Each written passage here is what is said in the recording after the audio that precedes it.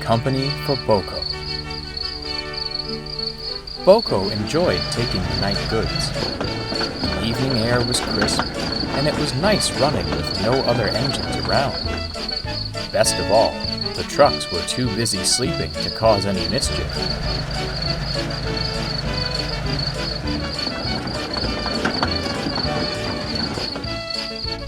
One foggy evening, he arrived on the other railway right on time.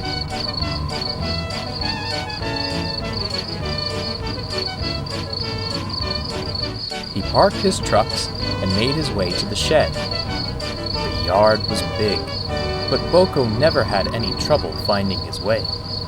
Tonight, however, the fog was so thick he had completely lost his bearings. "Strange," he muttered to himself. "I'm certain the sheds were around here." Suddenly, Boco could see the outline of a building ahead. Finally, he smiled. His relief was short-lived. As he drew closer, he saw it wasn't the big shed where the mainland diesels slept.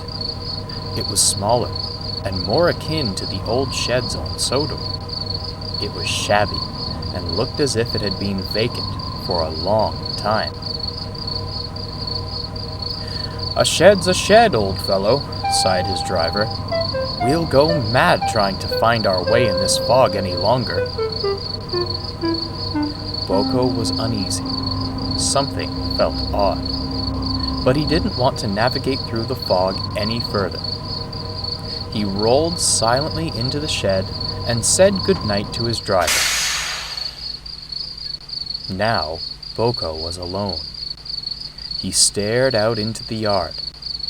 All was silent. No trucks being pushed around, not even the distant sound of diesel horns. It was as if the fog muffled the world around him. "Why, hello!" Boco jumped. Beside him was an old tender engine. His blue paint was marked with soot, and his face was smudged. Dark, heavy bags hung under his eyes. He looked like he hadn't slept for days. "It's not often I have visitors," he said in a warm but weary tone. At last, Boco found his voice. "I'm sorry," he stuttered. "I didn't mean to intrude. My driver and I got lost in the fog and—" "No need to apologize," chuckled the engine. "Fog can lead you places you don't expect to be. Besides, it's nice to have company for a change."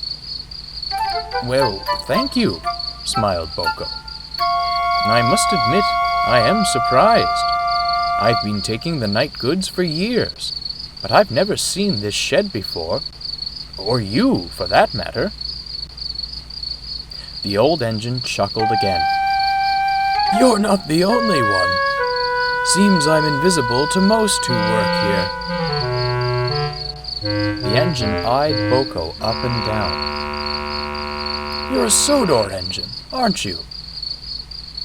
"How did you know?" "You're different from the diesels that live around these parts. Much more courteous for a start. I was a Sodor engine too, many moons ago." Boco was surprised. "Yes, it's true," laughed the engine, spying the look of shock on Boco's face. "Used to work at the big station. Lovely place it was." The engine sighed and looked down at his buffers. "Oh, only wish I'd appreciated it more at the time." "Why don't you return?" asked Boco. "I'm sure the fat controller would welcome you back with open arms." "Oh, no," stammered the engine. "He didn't have the patience for an engine like me." "Nonsense," smiled Boco. "He certainly wouldn't want to see you in a state like this. Tell you what, come back with me tomorrow." The old engine ignored this. "Tell me," he asked, "is Edward still around?" "Oh, yes," replied Boco. "I work on his branch line." I am glad to hear it, smiled the engine. A kind soul he was. I only wish I'd been as kind to him. What did you say your name was? Asked Boco. Oh, it's getting late, yawned the old engine. We'd better get some sleep now. We'll finish our chat in the morning. Boco was curious why the engine wouldn't answer his question, but had to admit he was feeling drowsy, and it wasn't long before he fell asleep. Boco's sleep was anything but peaceful. All night long, he dreamt of scrappy rats. Old engines were lined up inside him, their shadows glancing in the flicker of the cover's torch. The violent red light illuminated the inside of the shed, and all Boco could hear were the muffled pleas for mercy, drowned in the sound of searing metal. Boco woke with a start. It was daylight now, the fog burned off by the morning sun. He breathed a sigh of relief that his dream was over. I hope I didn't keep you up, he said, addressing the old engine. I had an awful...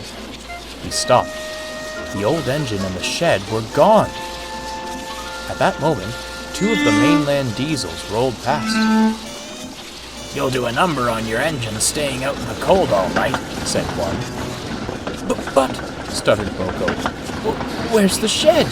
And the engine? Batty old Boco, laughed the other diesel. Strange breed, those Sodor engines. The diesels rolled away, laughing. When Boco's driver arrived, he was surprised too.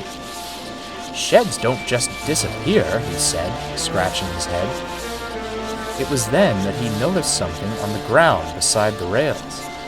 He bent down for a closer inspection. I think it's a number plate, he said. 87546. Could we take it back with us? Asked Boco. The driver brought the number plate into the cab. Boco set off for home with much on his mind. He didn't know what to make of the old engine, the disappearing shed, or his dream. He did know, however, that he'd be having a long talk with Edward.